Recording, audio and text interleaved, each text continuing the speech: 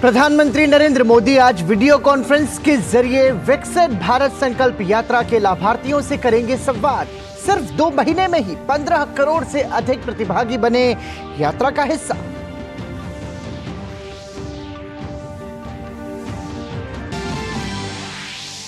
अयोध्या में आज गर्भगृह में रखी जाएगी रामलला की मूर्ति। कल रात दीपों से जगमग हुआ सरयू घाट।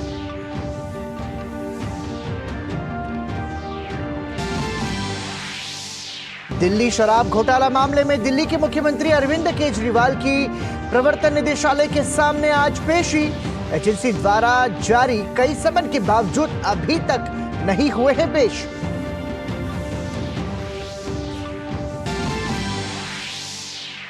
दावोस में विश्व आर्थिक मंच में भारतीय रिजर्व बैंक के गवर्नर ने कहा, वर्तमान वित्त वर्ष में भारत की अर्थव्यवस्था 7.3% की दर से बढ़ने की संभावना।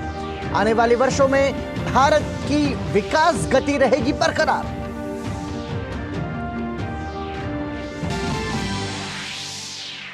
कड़ाके की ठंड और कोहरे के कारण रेल और उड़ानें प्रभावित। देरी के कारण हवाई पट्टी पर यात्रियों के खाना खाने पर डीजीसीए नाराज। मुंबई एयरपोर्ट और इंडिगो एयरलाइंस पर लगाया जुर्माना।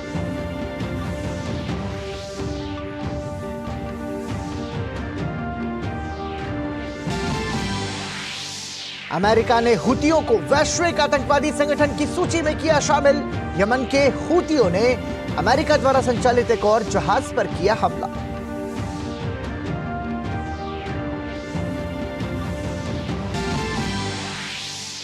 और खेलों की खबरों में ऑस्ट्रेलियन ओपन में आज भारतीय खिलाड़ी दिखाएंगे दम। पुरुष एकल में सुमित नागल उतरेंगे कोर्ट पर, वहीं रोहन बोपन्ना अपने ऑस्ट्रेलियाई जोड़ीदार मैथ्यू एबडेन के साथ करेंगे अभियान की शुरुआत। जबकि विजय सुंदर प्रशांत और अनिरुद्ध चंद्रशेखर की जोड़ी खेलेगी पहले दौर का मैच।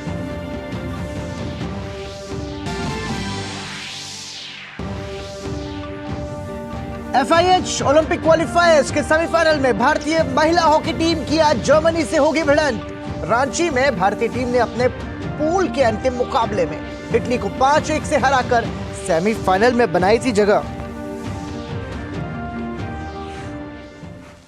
सुप्रभात, नमस्कार। आप देख रहे हैं समाचार, आपके साथ मैं हूं पराक्रम सिंह शेखावत। और बुलेटिन में सबसे पहले बात करते हैं विकसित भारत संकल्प यात्रा की।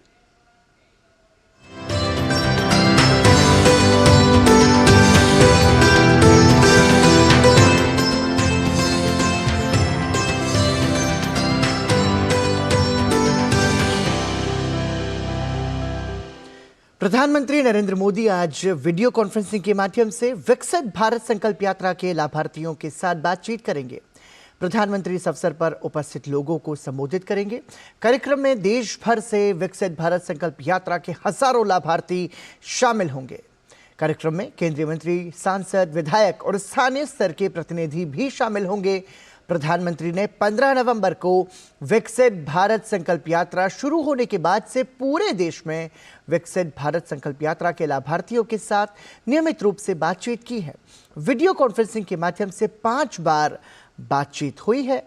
और इसके अतिरिक्त प्रधानमंत्री ने पिछले महीने अपनी वाराणसी यात्रा के दौरान लगातार 2 दिन यात्रा के लाभार्थियों के साथ आमने सामने बातचीत की। देश भर में विकसित भारत संकल्प यात्रा चलाई जा रही है। इसका उद्देश्य सरकार की प्रमुख योजनाओं की परिपूर्णता प्राप्ति है, ताकि यह सुनिश्चित किया जा सके कि इन योजनाओं का लाभ समयबद्ध तरीके से सभी लक्षित लाभार्थियों तक पहुंचे। विकसित भारत संकल्प यात्रा में भाग लेने वालों की संख्या 15 करोड़ को पार कर गई है। ये जमीनी स्तर पर गहरा प्रभाव पैदा करने में यात्रा की सफलता का प्रमाण है, जो देश भर के लोगों को विकसित भारत के साझा विजन की ओर एकजुट कर रहा है। और राजस्थान में 12 जिले के आदिवासी बहुल इलाके में भी विकसित भारत संकल्प यात्रा का फायदा लोगों को मिल रहा है। केंद्र सरकार की योजनाओं से आम लोगों की जिंदगी आसान बनी है। यहाँ की आदिवासी महिलाओं को उज्ज्वला योजना के तहत गैस कनेक्शन मिलने से चूल्हे के धुएं से आजादी मिली है। वहीं प्रधानमंत्री आवास योजना से उनके सर पर छत आई है। देखिए ये रिपोर्ट। विकसित भारत संकल्प यात्रा से राजस्थान के दूरदराज इलाकों में रहने वाले लोगों को भी केंद्र की योजनाओं का फायदा मिल रहा है। विकसित भारत संकल्प यात्रा का रथ 12 जिले के आदिवासी बहुल क्षेत्र शाहबाद के शुभघरा ग्राम पंचायत में पहुंचा, जहां पर ग्रामीणों ने मोदी सरकार की योजनाओं का लाभ लिया। यहां पहुंची महिलाओं ने बताया कि उज्ज्वला योजना के कारण उन्हें फ्री में गैस सिलेंडर मिला। अब उन्हें चूल्हे के धुएं से आजादी मिल चुकी है। गैस सिलेंडर मिला, लकड़ी से बचना पड़ा, हमका ये गैस से बहुत फायदा मिला। हम तुरंत रोटी बना लेते हैं, मुड़ा मुड़ी स्कूल जाते हैं। वहीं कई लाभार्थियों ने पीएम आवास योजना के तहत पक्का घर मिलने के लिए मोदी सरकार का आभार भी जताया। और घर भी मिल गया, पेंशन भी मिलता है और मोदी वालों बहुत लाभ मिलता है। मुँह पालनहार भी मिलता है, मुँह सग मिलता है, मुखा जी पालनहार को फार्म डारो वो भी मिलता है और राशन पे भी मुँह फ्री के मिलता है और घर भी मिल गया मुँह। विकसित भारत संकल्प यात्रा का उद्देश्य साकार होता दिखाई दे रहा है। समाज के अंतिम छोर पर बैठे व्यक्ति तक मोदी सरकार की योजनाओं का लाभ पहुंच रहा है और उनकी जिंदगी आसान बन रही है। ब्यूरो रिपोर्ट, दूरदर्शन समाचार, जयपुर। विकसित भारत संकल्प यात्रा राजस्थान के शहरी और ग्रामीण इलाकों में भी जारी है। इसी कड़ी में आज मोदी सरकार की गारंटी वाली गाड़ी सीकर पहुंची, जहां लोगों ने इसका शानदार अंदाज में स्वागत किया। राजस्थान में विकसित भारत संकल्प यात्रा शहरी अभियान के तहत नगर परिषद सीकर के तत्वाधान में सीकर के रामलीला मैदान में एक शिविर का आयोजन किया गया। पूर्व विधायक रतनलाल जलधारी ने कार्यक्रम का शुभारंभ किया। कार्यक्रम में भाजपा नेताओं, कार्यकर्ताओं और बड़ी संख्या में स्थानीय लोगों ने भाग लिया।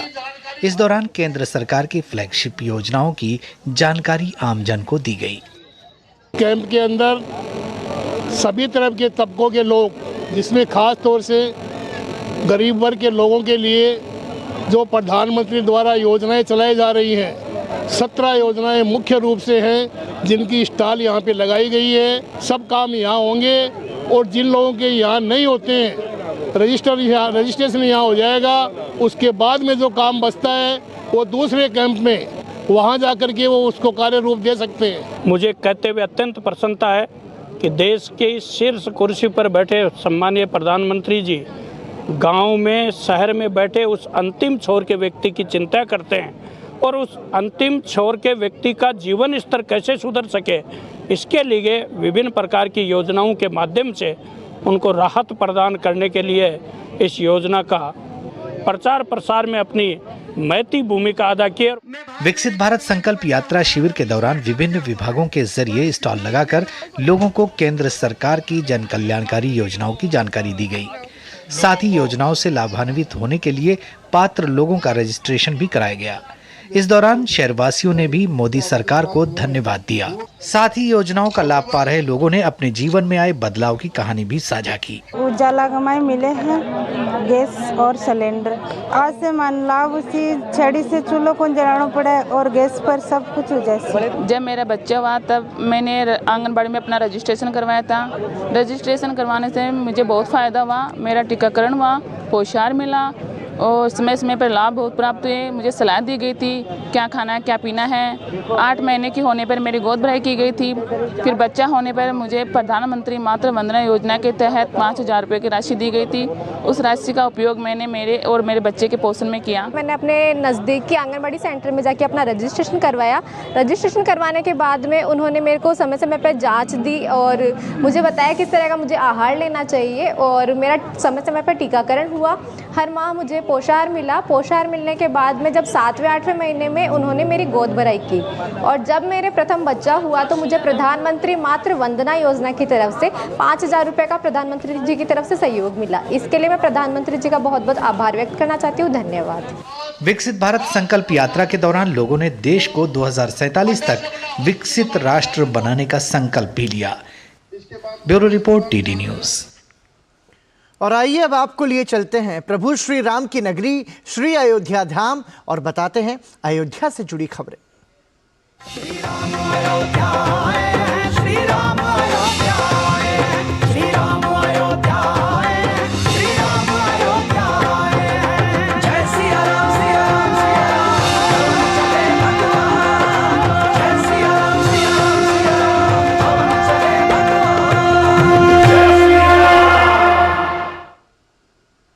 भगवान श्री राम के बाल रूप श्री रामलला का स्वागत करने के लिए अयोध्या पूरी तरह से तैयार है।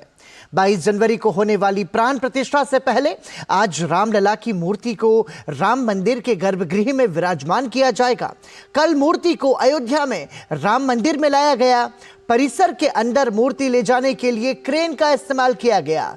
मूर्ति के मंदिर में ले जाए जाने पर श्रद्धालु खासे उत्साहित दिखे। 150 किलो से 200 किलो के बीच में मूर्ति का वजन है। आज गर्भगृह में मूर्ति की स्थापना होगी। वहीं अयोध्या में प्राण प्रतिष्ठा महोत्सव के तहत तमाम आयोजन जारी हैं। 16 जनवरी को शुरू हुए अनुष्ठान के तहत आज अनुष्ठान का तीसरा दिन है।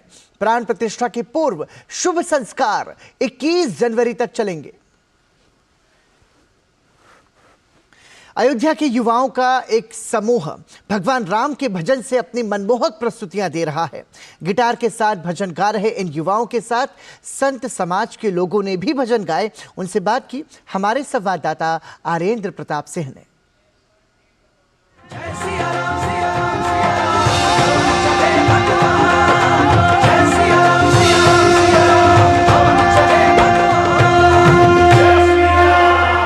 आप देख सकते हैं कि अयोध्या में सरयू नदी के किनारे चेक मार्क नाम का युवाओं का ग्रुप है। ये अयोध्या के रहने वाले हैं। ये तमाम भजन भी गाते हैं, बॉलीवुड के गाने भी गाते हैं, संगीत भी देते हैं, अपने कंपोज भी करते हैं। लेकिन राम नाम की धुन के साथ यहाँ पे डटे हुए हैं अयोध्या में हर एक व्यक्ति के लिए, स्वागत के लिए राम के साथ में कि किस प्रकार से स्वागत करना चाहते हैं। राम राम राम श्री राम राम राम राम राम राम राम राम के आने से अयोध्या पावन हुई, राम के आने से अयोध्या पावन हुई, हर तरफ हर जगह खुशियाँ छा गई। आओ हम सब करें वंदना राम की। जय जय राम जय सिया राम, जय जय राम जय जय राम, जय जय राम जय सिया राम, जय जय राम, जय जय राम जय सिया राम, जय जय राम, जय जय राम जय सिया राम, जय जय राम। तो जय जय राम जय सिया राम यहाँ चल रहा है। ये धुन भी लगातार चल रही है। हमारे साथ में संत समाज के लोग भी मौजूद हैं। गोवर्धन से हमारे साथ में अवध सरकार जी आए हुए हैं। महाराज, राम को कैसे याद करेंगे आज सरयू तट पर? राम को ऐसे याद करेंगे, राम नाम सुखदाई भजन करो भाई, ये जीवन 2 दिन का, ये जीवन 2 दिन का, जीवन 2 दिन का। जय जय श्री राम। इसी के साथ में एक चौपाई, सिया राम मैं सब जग जानी, करऊं प्रणाम जोर जुग पानी। बिल्कुल, करऊं प्रणाम जोग जुग जानी। और ये फ्यूजन लगातार जारी है। अगला भजन कुशल। आस्था तुमसे जुड़ी जो जाएंगे अब हम कहाँ, तुमको पूजे तुमको ध्याए, कह रहे हम सब यहाँ, कह रहे हम सब यहाँ, कह रहे हम सब यहाँ। राम के आने से अयोध्या पावन हुई, राम के आने से अयोध्या पावन हुई, हर तरफ हर जगह खुशियाँ छा गई। आओ हम सब करें वंदना राम की। बोलो राम राम राम, बोलो राम राम राम, बोलो राम राम राम, बोलो राम राम राम। लगातार राम का नाम चल रहा है। साधु समाज की ओर से भी लगातार आपके पांव थिरक रहे हैं। जय श्री राम। रमापति रामचंद्र भगवान की। बजा रामानुजी डंका, सभी पाखंड भागे हैं, सनातन धर्म के नेता सभी सोते से जागे हैं। अब महाराज जी गदा लेकर आए हैं हनुमान जी की, क्या वजह है? ये गदा हमारा धर्म ध्वजा है और ये धर्म ध्वजा हमारे साथ रहता है। और जो कलयुग में ज्यादा करके भूत प्रेत घूमते हैं उनके लिए भी काम करता है। क्यों हनुमान जी कहते हैं भूत प्रेत निकट नहीं आवे और महावीर जब नाम सुनावे। जय जय श्री राम, जय जय श्री राम। एक और जल्दी से भजन हो जाए जय जय श्री राम पे। से है स्वागतम प्रभु आपका स्वागतम, आज है शुभ आगमन, दिल से है स्वागतम, दिल से है स्वागतम प्रभु आपका स्वागतम, आज है शुभ आगमन, दिल से है स्वागतम। बरसों के बाद अयोध्या में एक खुशी अनोखी आई है। राम लक्ष्मण भरत शत्रुघ्न संग में सीता लाई है। प्रभु संग बजरंगी विराजे, प्रभु संग बजरंग विराजे। राम राज की छाप है, त्रेता युग में विजय हुए थे, कलयुग में भी आप है। स्वागतम स्वागतम, दिल से है स्वागतम, प्रभु आपका स्वागतम। आज है शुभ आगमन, दिल से है स्वागतम। बोलो राम राम राम, बोलो राम राम राम, बोलो राम राम राम, बोलो राम राम राम, बोलो राम राम राम। कुशल इधर आइए, ये बताइए, युवा भगवान राम से प्रेरित हैं, उनके भजन गा रहे हैं, ये आइडिया कहाँ से आया और क्यों आप लोगों ने राम धुन की एक तरीके से झनकार मचा रखी है पूरे अयोध्या में? सर वेस्टर्न इंस्ट्रूमेंट्स के बड़े काफ़ी पॉपुलर हैं आजकल, जो यूथ है वो सारा इसी में अट्रैक्ट हो रहा है। तो हमने कोशिश ये की कि भाई हम अयोध्या वासी हैं, राम जी के हैं और उन्हीं की नगरी से हैं, तो हम चाहते हैं कि राम भजन जो है वो ऐसे फ्यूजन तरीके से किया जाए कि आज के जो यूथ हैं जो गलत जगह आजकल देख रहा हूँ मैं जा रहे हैं, तो उनको क्यों ना राम के प्रति जो उनकी श्रद्धा है वो जगाई जाए। तो देखा आपने, जय सिया राम के इस नारे के साथ में दिखाई पड़ता है सरयू के तट पर कि चाहे संत समाज हो या आज का युवा हो, हर एक राममय नजर आ रहा है, हर एक राम भक्त नजर आ रहा है। कण कण में रज रज में राम की जो माया है वो चहुं ओर यहाँ पे दिखाई पड़ती है। शायद उसी का मन से जब भाव निकलता है तो हर कोई कहता है कि मेरे घर राम आए हैं, क्योंकि हर एक के घर में राम के आगमन का इंतजार है। 22 तारीख को प्राण प्रतिष्ठा का इंतजार है। तो इन्हीं खुशियों और इन्हीं उल्लास की इन तस्वीरों के साथ लगातार हम आप तक हाजिर होते रहेंगे। मैं आर्यन प्रताप सिंह सरयू घाट से अपने सहयोगी प्रमोद और गौरव के साथ डीडी न्यूज के लिए।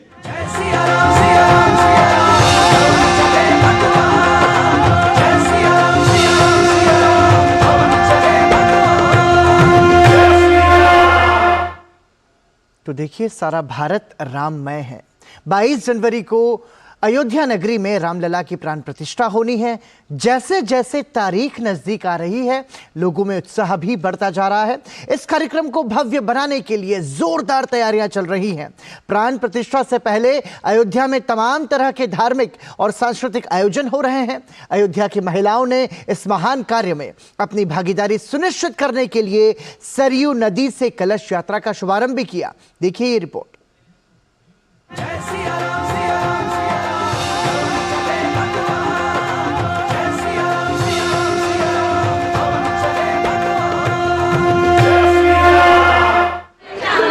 अयोध्या में 22 तारीख को होने वाले प्राण प्रतिष्ठा समारोह से पहले अयोध्या पूरी तरह से राममय हो चुकी है। हर कोई प्राण प्रतिष्ठा समारोह से पहले अपनी हिस्सेदारी सुनिश्चित करना चाह रहा है। अयोध्या की तमाम महिलाओं ने इस महान कार्य में अपनी भागीदारी सुनिश्चित करने के लिए सरयू नदी से कलश यात्रा का शुभारंभ किया। सरयू घाट पे इस वक्त अयोध्या की सैकड़ों महिलाएं इसी प्रकार से जल भर रही हैं माता सरयू का, और ये कलश यात्रा के माध्यम से ये तमाम महिलाएं यहाँ से निकलेंगी। अयोध्या की सड़कों से कलश यात्रा निकलेगी, सरयू का जल होगा इनके साथ में। और आप देख सकते हैं कि यहाँ पर भी कितनी बड़ी संख्या में तमाम महिलाएं मौजूद हैं जो ये कलश यात्रा के माध्यम से अयोध्या की सड़कों से होती हुई निकलेंगी, राम जन्मभूमि तक जाएंगी। और सरयू के जल से जिस प्रकार से भगवान श्री राम के स्नान के अनुष्ठान की विधि को पूरा करना है, उसमें ये जल कहीं ना कहीं काम आएगा। ये तमाम महिलाएं हैं, कुछ लोगों से बात करते हैं। मैम, आज इस कलश यात्रा में आज क्यों आई हैं? भगवान राम के लिए कलश उठा के गंगा सरजू जल भर के ले जाएंगे राम जन्मभूमि पर, उनको अभिषेक करवाना है। किस जल से अभिषेक होगा? जी मैम, आप इस कलश यात्रा में क्यों आई हैं और इस कलश यात्रा का महत्व क्या है? इस कलश यात्रा का बहुत महत्व है। हम अयोध्या वासी हैं, हमें बहुत खुशी हुई, श्री राम की नगरी में हम हैं। आज मुझे इतना अच्छा अवसर मिला कि मैं भगवान राम का कलश यात्रा कर रही हूँ। ये कलश यात्रा क्यों आज भगवान राम के अभिषेक के लिए सरयू का जल क्यों ले जा रही है? प्रभु को नहलाने के लिए, प्रभु को नहलाए। उनको थोड़ी ठंडी है लेकिन तभी भी नहलाना तो जरूरी है। वो अपने स्थान पर आएंगे, उस जगह को धुलना है, साफ करना है, पवित्र करना है। पारंपरिक पीली साड़ी में ये तमाम महिलाएं सरयू नदी पर इकट्ठा हुईं और फिर वहां से कलश लेकर राम जन्मभूमि मंदिर के लिए रवाना हुईं। ये तमाम महिलाएं इस पूर्ण कार्य में भागीदार बनकर काफी खुश नजर आईं। श्री राम नगरी बसे सरयू के तीरे, श्री राम नगरी बसे सरयू के तीरे, सरयू से जल लेंगे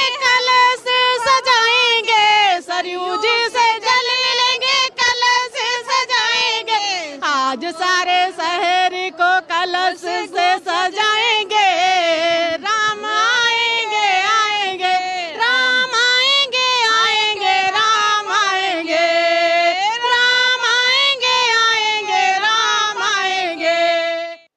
इस कलश यात्रा का आयोजन अयोध्या के महापौर गिरीशपति त्रिपाठी की पत्नी ने किया।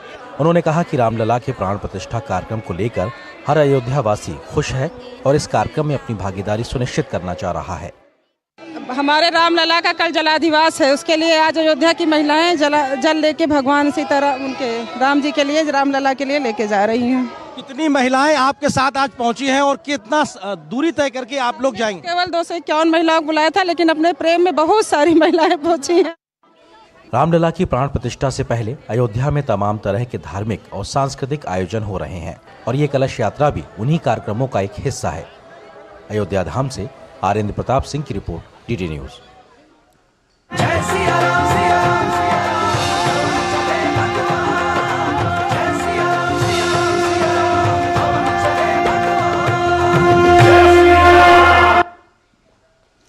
दिल्ली के मुख्यमंत्री अरविंद केजरीवाल की आज प्रवर्तन निदेशालय के सामने पेशी है। जांच एजेंसी ने चौथी बार समन भेजकर केजरीवाल को शराब घोटाले में पूछताछ के लिए बुलाया है। अभी तक अरविंद केजरीवाल ईडी के सामने एक बार भी हाजिर नहीं हुए हैं। अरविंद केजरीवाल को पिछले हफ्ते चौथी बार ईडी ने समन जारी किया था और 18 जनवरी को एजेंसी के सामने पेश होने को कहा था।